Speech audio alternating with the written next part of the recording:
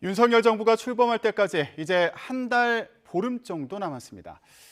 아무래도 부동산 정책이 어떻게 변할지 관심이 쏠리는 상황인데요. 경제부 조태현 기자와 함께 자세히 짚어보겠습니다. 안녕하세요. 네, 안녕하세요. 네, 윤석열 당선인 그동안 규제를 완화하겠다, 네. 대못을 뽑겠다 이런 의사를 여러 번 밝혀왔죠. 자, 이렇게 대못이 뽑겠다 이런 발언이 나왔던 배경을 보려면은 문재인 정부의 부동산 정책을 좀 살펴볼 필요는 있을 것 같아요.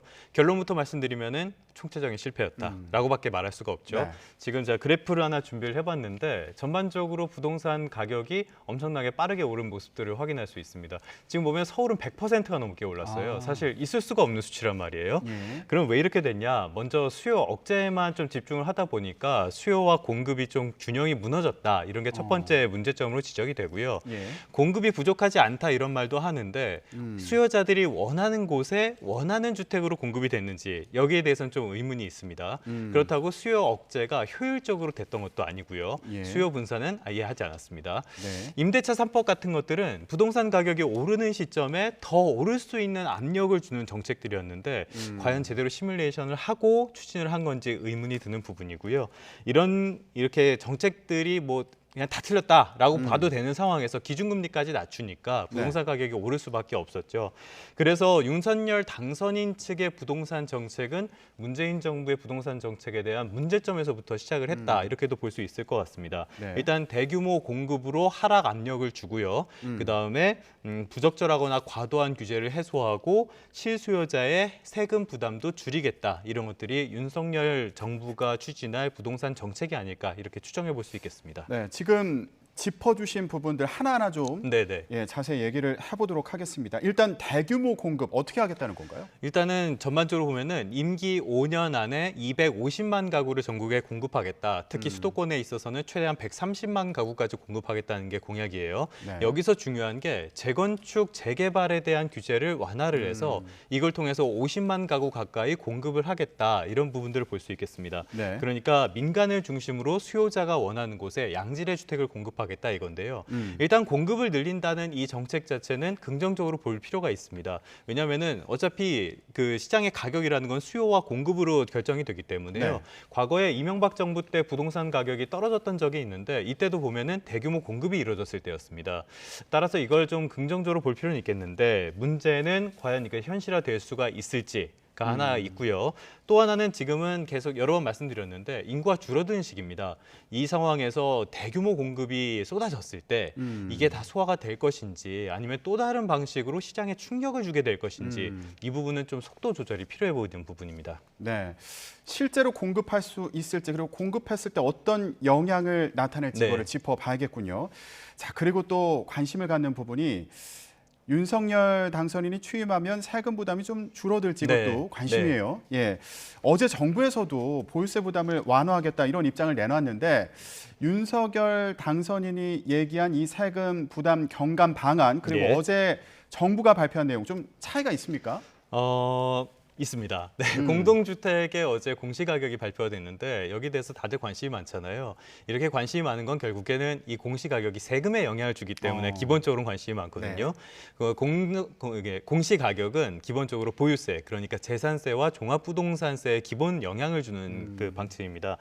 지난해 이 공시가격이 19% 넘게 급등을 했는데요. 올해도 17%가 넘게 지금 보시면 아시겠지만 예. 그러니까 2년 연속 굉장히 큰 폭으로 공시가격이 올랐어요. 그만큼 그 주택을 가진 사람들의 세금 부담도 굉장히 가파르게 올랐다 이렇게 볼 수 있습니다.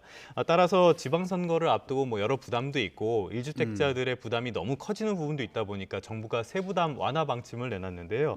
1주택자에 대해서는 올해 보유세를 매길 때 올해 공시가격이 아니라 지난해 공시가격을 쓰겠다 이런 내용을 발표를 했어요. 네. 사실 근데 처음에 이 방안이 유력하다라고 이렇게 전해졌을 때 저는 좀 황당하다는 생각이 들었는데 그러니까 어떤 사람 같은 아파트에 사는데 어떤 사람은 지난해 기준으로 세금을 내고 네. 어떤 사람은 올해 기준으로 세금을 내고 심지어 그거를 올해만 한시적으로 적용한다. 어. 이게 과연 조세 원칙에 네네. 적합한 일이냐 예. 저는 굉장히 좀 의문이 들었습니다. 그래서 또 조세 정책이 누더기가 되는 거 아니냐 이런 지적도 나오고 있는데요. 윤석열 당선인의 후보 시절 공약을 보면은 일단 공시가격을 2020년 수준까지 낮추고요. 네. 또 종부세를 재산세와 합쳐서 하나로 가겠다 이런 공약들을 내놨습니다.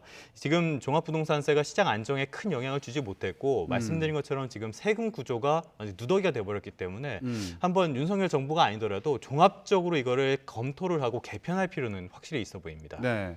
그러니까 세금 매길 때 기준이 되는 이 공시가격 같은 경우에 정부에서는 1주택자는 2021년 공시가격을 기준으로 하겠다 이렇게 네. 얘기를 했고요. 그리고 윤석열 당선인은 2020년 수준으로 공시가격을 환원하겠다. 네, 환원하겠다고 공시가격이 밝혔죠. 그러니까 기준이 네. 더 낮아지는 게 그렇죠. 되겠군요. 예.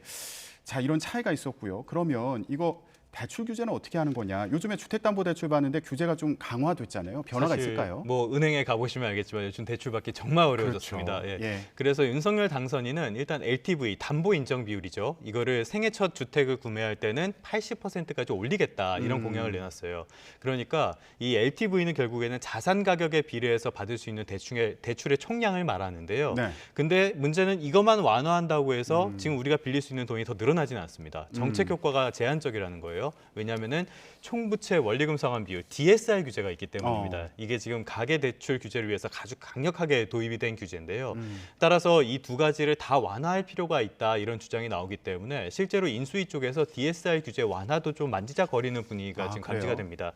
그래서 일단은 오는 7월부터 이 DSR 규제 3단계가 적용이 되거든요. 그래서 기준이 더 높아지게 되는데 일단은 인수위 쪽에서는 이거를 한번 조금 더 시간을 연장을 하거나 아니면 무주택자는 DSR 규제에서 제외하는 방안 이런 것들을 좀 검토하는 분위기라고 합니다. 네. 근데 이제 지나치게 이게 과격한 대출 규제가 여러 부작용을 불러온 건 사실이거든요. 근데 지금 문제는 가계대출이 빠르게 늘어나고 있는 것도 사실입니다. 이게 우리 경제에 가장 큰 시한폭탄이 되고 있는 것도 사실이고요. 따라서 이 부분에 있어서도 이게 정책화할 때는 조금 더 신중하게 접근할 필요는 있어 보입니다. 네.